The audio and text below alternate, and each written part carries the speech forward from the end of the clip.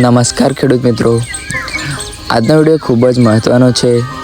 જો તમે tractor, pipeline, drip, godown કે કોઈપણ ખેતી સાધન પર સબસિડી લેવા માંગતા હો તો આ માહિતી તમારા માટે જ છે.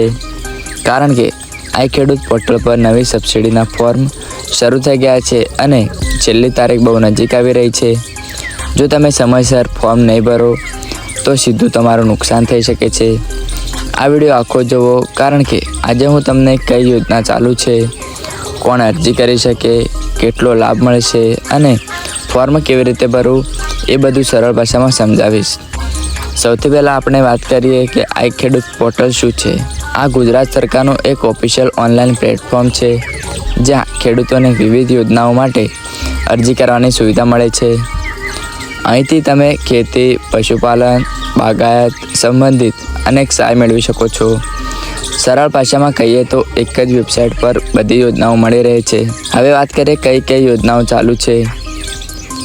હાલમાં આ ખેડૂત પર અનેક યોજનાઓમાં ફોર્મ ચાલુ છે, જેમ કે ટ્રેક્ટર સબસિડી યોજના, પાવર ટીલર, કૃષિ સાધન સહાય, ડ્રીપ અને સ્પ્રિંકલર સિંચાઈ, પાઇપલાઇન સહાય, ગોડાઉન યોજના જેમાં ₹75,000 સુધીની સહાય મળે છે, સોલાર પંપ સેટ, તાર ફેન્સિંગ યોજના જેવી સહાયો ચાલુ છે.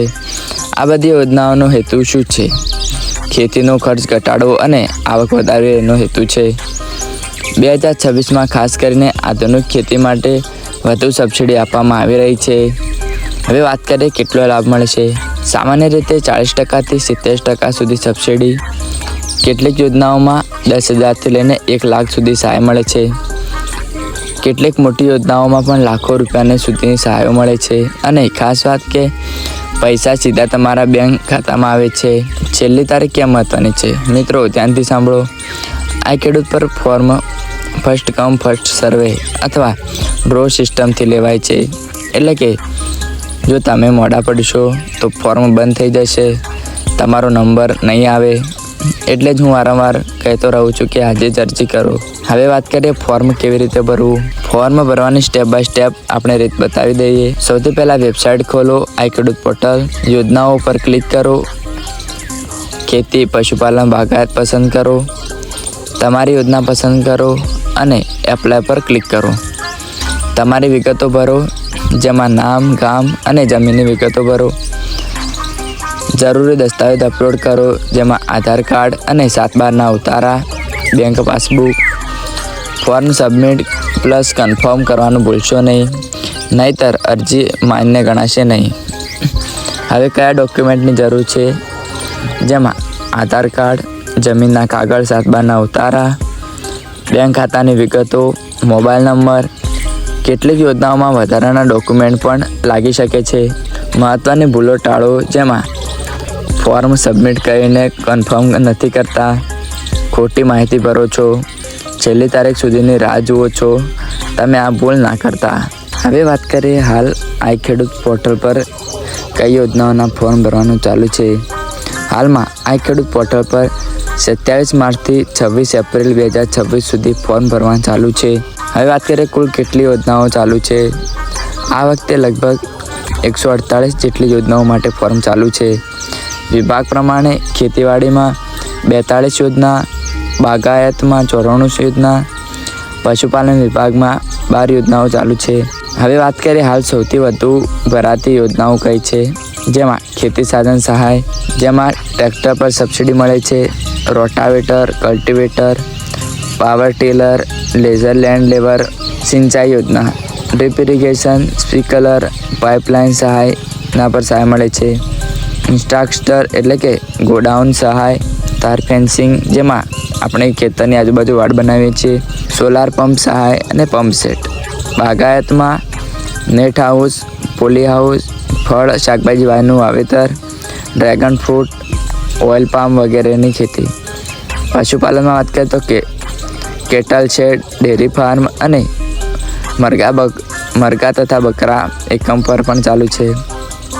હવે ખાસ ધ્યાન રાખવાની બાબત, જેમાં છેલ્લી તારીખ 26 એપ્રિલ 2026 છે, તો મોડું કરશો તો ફોર્મ બંધ થઈ જશે. ફર્સ્ટ કમ ફર્સ્ટ સર્વે પ્રમાણે લાભ મળે છે. સરળ ભાષામાં કહું તો હાલમાં લગભગ બધી જ ખેતી પ્લસ બાગાયત અને પશુપાલન યોજનાઓના ફોર્મ ભરવાનું ચાલુ છે. એટલે જો તમે કોઈ પણ સબસિડી લેવા માંગતા હો તો આજથી જ ફોર્મ ભરવાનું શરૂ કરી દો. ખેડૂત મિત્રો, ઘણા લોકો ફોર્મ ભરે છે પણ લાભ કેમ નથી મળતો? કારણ એક જ છે, માહિતી અધૂરી હોય છે. આજના વિડીયોમાં હું તમને એવી માહિતી આપવાનું છું જે સામાન્ય રીતે કોઈ નહીં કહેતું હોય. હવે આપણે પ્રોસેસ સમજીએ. આ ખેડૂતમાં બધા લોકોને સીધી સહાય નથી મળતી. 2 પ્રકારથી સિલેક્શન થાય છે. એક ફર્સ્ટ કમ ફર્સ્ટ સર્વે, જે વહેલા ફોર્મ ભરે તેનો ચાન્સ વધુ રહે છે. બીજી છે ડ્રો સિસ્ટમ, એટલે કે લોટરી જેવી સિસ્ટમ. બધા ફોર્મમાંથી રેન્ડમ પસંદગી થાય છે કોઈ એક ફોર્મ. એટલે વહેલું ફોર્મ ભરવું તો વધુ ચાન્સ તમારો છે. હવે વાત કરીએ કયા ખેડૂતને વધુ પ્રાથમિકતા મળે છે. સરકાર કેટલાક ખેડૂતોને પહેલાં પસંદ કરે છે એ સમજી લઈએ. જેમાં નાના અને સીમાંત ખેડૂત હોય, SC/ST કેટેગરી ધરાવતા હોય, મહિલા ખેડૂતને ખાસ, નવા લાભાર્થી જેને પહેલાં સહાય નથી મળી. એટલે જો તમે આ કેટેગરીમાં આવો છો તો તમારો ચાન્સ વધારે છે. હવે વાત કરીએ પૈસા ક્યારે મળે. ઘણા લોકો પૂછે છે કે ફોર્મ ભર્યા પછી પૈસા ક્યારે આવે. તો હું તમને પ્રોસેસ કહું.